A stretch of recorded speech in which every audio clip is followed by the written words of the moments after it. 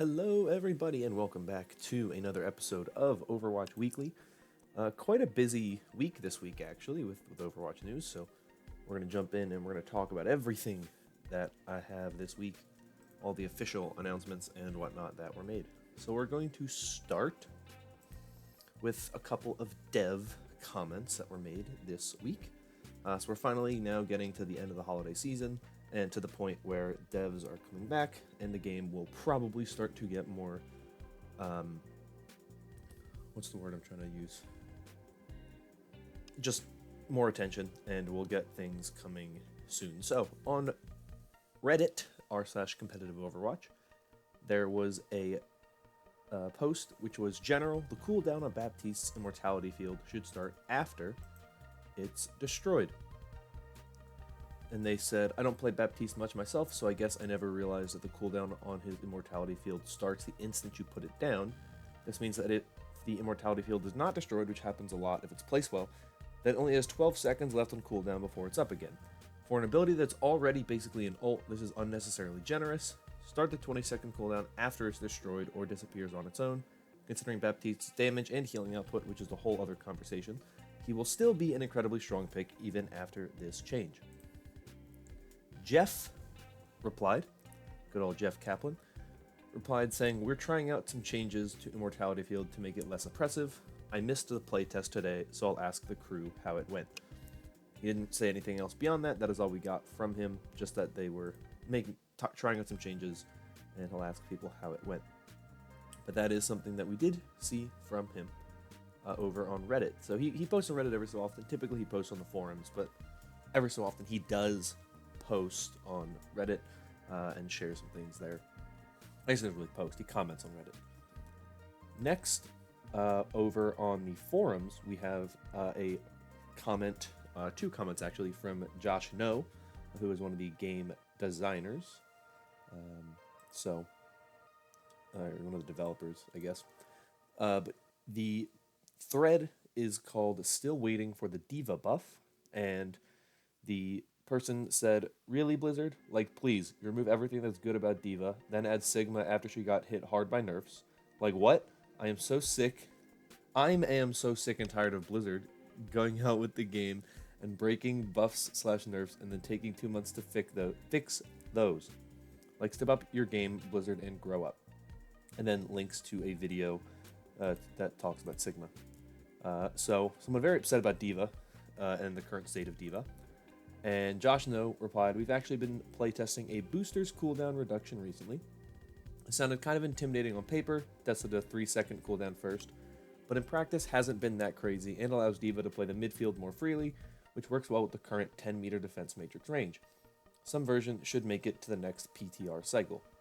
And I've seen a lot of people angry about this potential change, mainly because they think that in reality the way it should be is they should just revert some of the things they've done to her in the past instead of just constantly trying to buff other parts of things, right? So something like the cooldown for defense matrix, went from 1 second to 2 seconds, and then they did a half reversion and made it 1.5 seconds. And people are saying, well, then if D.Va's in a bad place, then just bring that back to where it was originally. Or the defense matrix range, just make that longer. But people are saying and complaining that they have this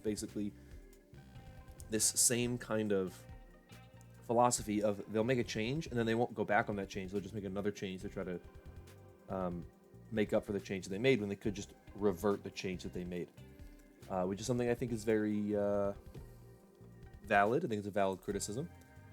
And there is a thread which is very, very big, which kind of talks about this. And it is called Please Nerf Power Creep instead of nerfing defense/support. The more defense support is weakened, the more it enables power creep, which I find more oppressive than buffing defenses. Stop listening to DPS whiners. That is what the post says. And then someone else said, Soldier isn't strong because the strongest DPS right now is Hanzo, who he has really nothing to do against, and overall he has no role or niche that is relevant in this meta. Soldier quite literally has no business being meta anyways, because he is the newbie-friendly generalist, and the only way he could ever be meta is by outright being overtuned because he has no niche beyond throw ult to kill Pharmercy. small case that when McCree was useless and out of the meta because snipers just destroyed him, and CQCs weren't even close to meta picks before that. And currently, all three viable, Rips and Metra. CQCs are kind of just B+ to A- tier at best, which is why McCree's sees some use as a mid/close range specialist. Factually, there hasn't been power creep. What happens is that stable DPS picks like Soldier or Genji aren't as effective in a meta where Hanzo is king, and CQC are picked to complement the nerfed tanks and the need to stop the one-shots coming from snipers. So this is a very weird reply, I think. But Josh No gave a very long reply about power creep and whatnot, to which he said, dropping by with a fun fact. Looking at GM players for the current patch, Genji and Soldier 76 are number 6 and number 7 in terms of win rate for damage heroes out of 16 total. They're not doing quite as poorly as the general community sentiment would imply. Game balance perceptions / opinions are often repeated and perpetuated enough that they start to become accepted as fact by many players. We should remember the things like win rates and hero power / effectiveness can fluctuate significantly depending on the player's skill level. If someone complains that Reaper is too strong, and another says that Reaper is too weak, they could both be correct for their current skill level. When making balance changes, we typically look at the high-end potential of player skill for a hero, but also try to keep in mind if a given change would be a significant detriment to the overall gameplay experience in lower skill brackets and attempt to find a better solution if so. I think in general, being wary of extreme power creep is a valid and healthy concern if it's causing gameplay to become too wildly distorted from the core experience. I don't feel that we're currently anywhere close to that with the live game. Which I think is interesting. I think some people may disagree with some of the stuff that they are saying, but I think this is a very good comment. People are going to have their own opinions on it. People are going to say, I don't think that that's true, or I think that that's false, whatever they're going to say. People are going to say different things about it, but I think that it's good to know at least that they look at the high potential. They look at, the higher skill ladders. They look at GM, they look at Master, stuff like that when doing balance changes, but they don't put through changes that are going to completely ruin lower brackets because, and this is the reason why I say this, I have had conversations with people who think that people at the lower ends of the brackets should have no opinion and no say on what happens with the game and how it's balanced. And to an extent, that isn't fully incorrect because they aren't playing the game at the highest level. They're not always using the heroes at their full potential. They're always not as knowledgeable as someone who's at the higher end of the game.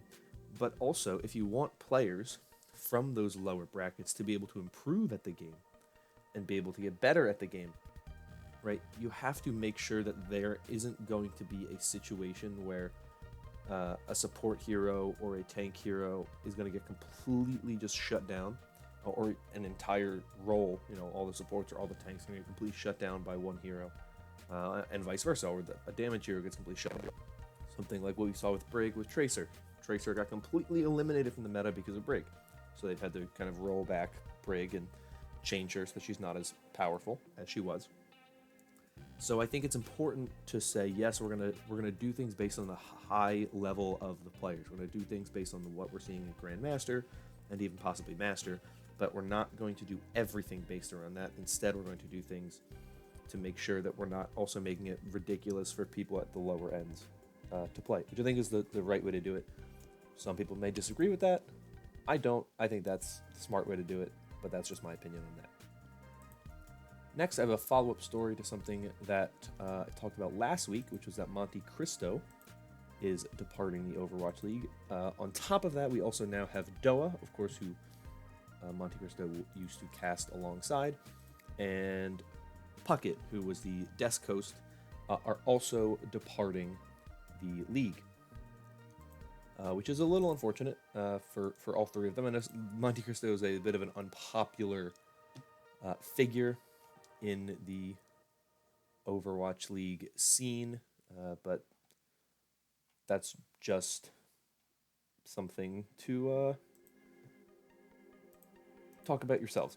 I think it's a bit of an issue seeing them leave in a way, because I think they were, especially, I think with Monty and Doa, I think they were very good casters. I think they were very knowledgeable about the game. I thought they added a lot to kind of legitimize Overwatch League because they are people who have tons of experience. And when they came over to the Overwatch League, they were basically saying, we believe in this.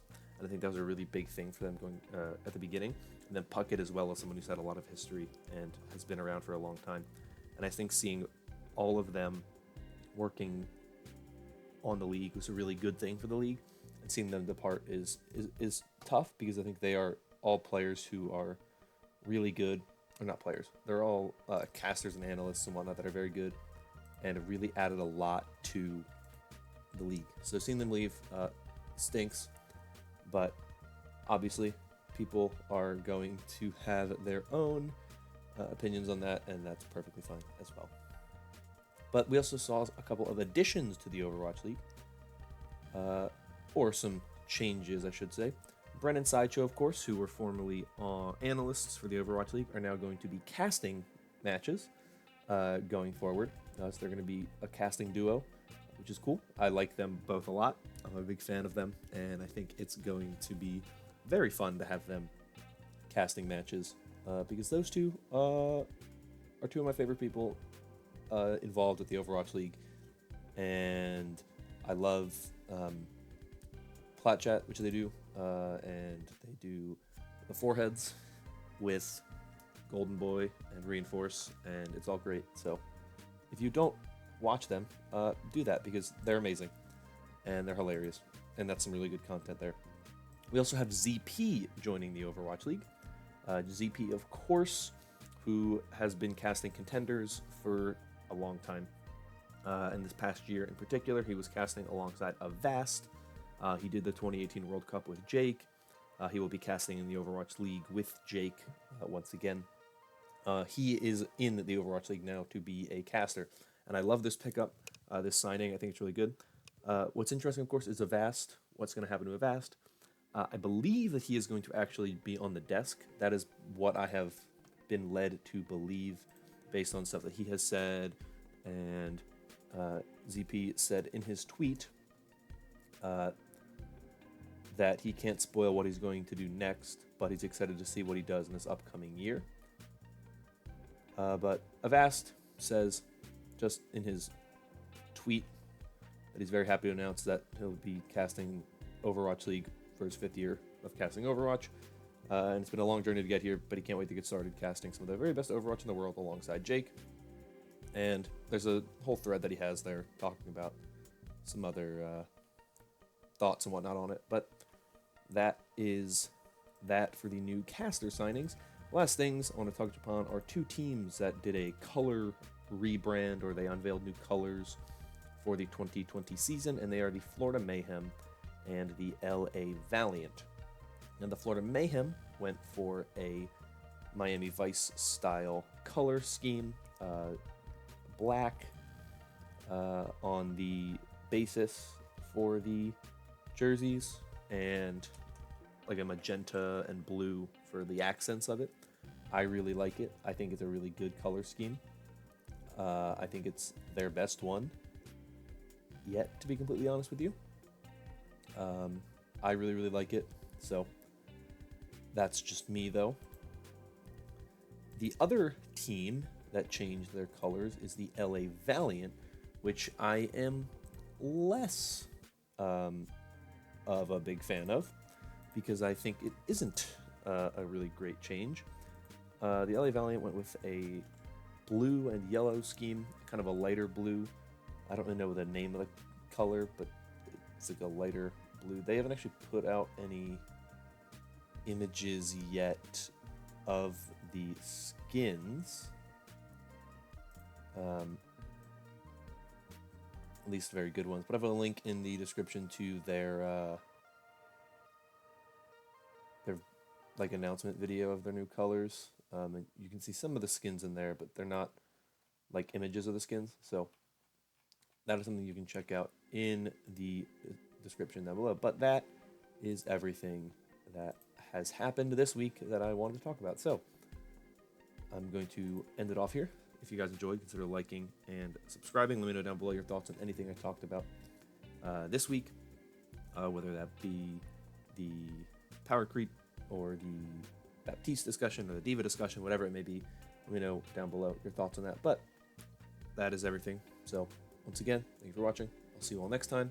Hope you all have a wonderful day. And yeah, bye-bye.